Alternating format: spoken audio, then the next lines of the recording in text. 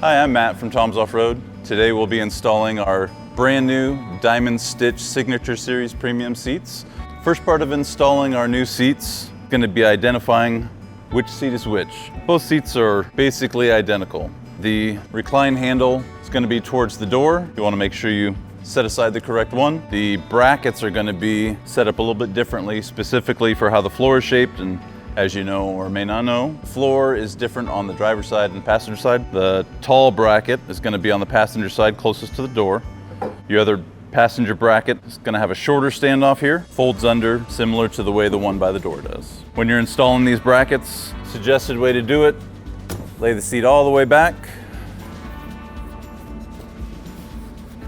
flip it over. We're just going to take the brackets and set them right on the rails. Before you do that, seats come with a adjustment bar for sliding the seat front and back. This bracket is your seat adjustment bracket for the sliders. We'll be installing this slider adjuster. It's under a little bit of spring tension, so make sure you keep your fingers clear and it should just pop into place.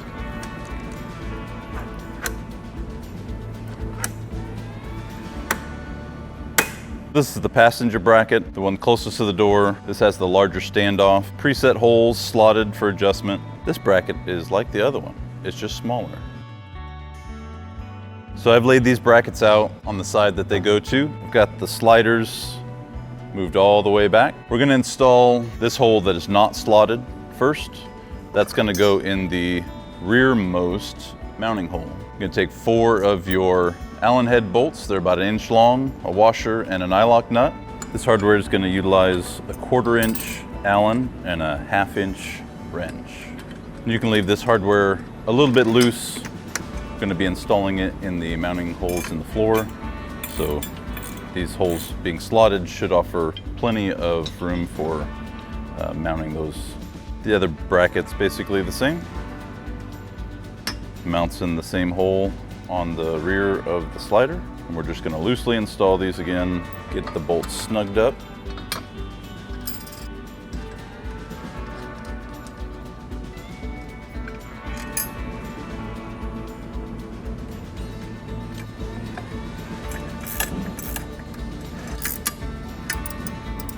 All right, those bolts are snugged up.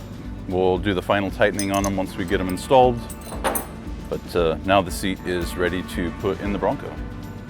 The mounting holes line up with where the original seat mounting holes were. Using the hardware provided, they just bolt right to the floor. These mounting holes on the inner portion are a little tough to get to, but again, they line up with the factory holes in the floor. The bolt is just long enough to be able to drop down and start and thread with your fingers. A ratcheting wrench is very handy in this kind of a tight spot. Again, are slotted to allow a little bit of room for adjustment. We're going to go to the rear mounting position where you do have to drill holes in the floor. So before you tighten these all the way down, test fit the mounting hole in the rear. For the rear mounting, you're going to need to drill a hole. Strongly recommend double checking what's under the floor, drill a pilot hole, and then finish it out to a 5/16 to match the size of the bolts. Use the included hardware. For ease of installation, just a bolt, washer, nut, set of vice grips, or a handy assistant to help you out. Now that we have the rear mounting location installed, we're going to go through, make sure our other hardware is snugged up. Give a once-over look and make sure that the seat is sitting square. Make sure the sliders didn't get out of adjustment. These driver seat brackets are very similar to each other.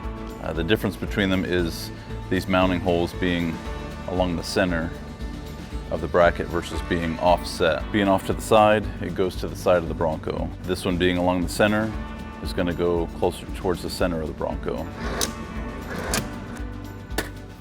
As long as the mounting holes are still threaded and haven't rusted loose, the mounting of this is very straightforward. Just line up the holes, use the provided hardware, and they mount directly to the holes in the floor. Some parts are a little bit tricky reaching. Key point is to just make sure you have the sliders adjusted evenly on both sides.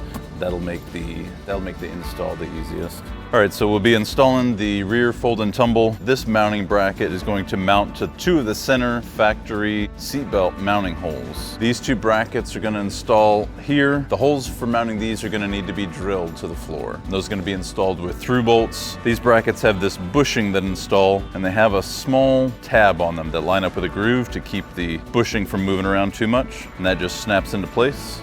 Slides on to the shaft. The E-clip little retainer pops in place. For orientation, the feet will fold towards the center, and when it's rotated, this notch out is going to catch this to keep the seat from folding too far forward. Installing on the other side is just the same. Just make sure you get the E-clip lined up with the flat side of this bushing here. And that's all there is to installing the bracket. We're going to mount the bracket that installs onto the seatbelt mounting holes here. This part forward, this to the driver's side.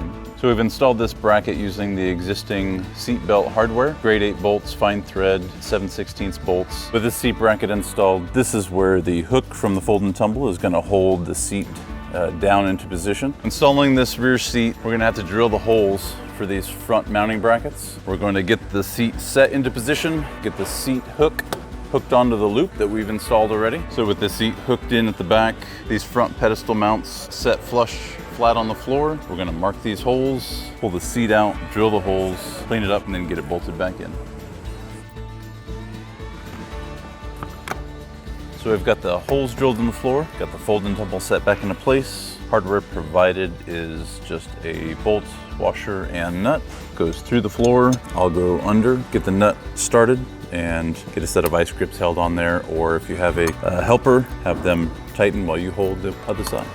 So we've got the mounting hardware installed and tightened. This is your fold and tumble installed. You want to make sure you route your seat belts up through there. Fold and tumble is a great way to add extra room, quite a bit wider than the stock seat, and when needed, you need some extra cargo space.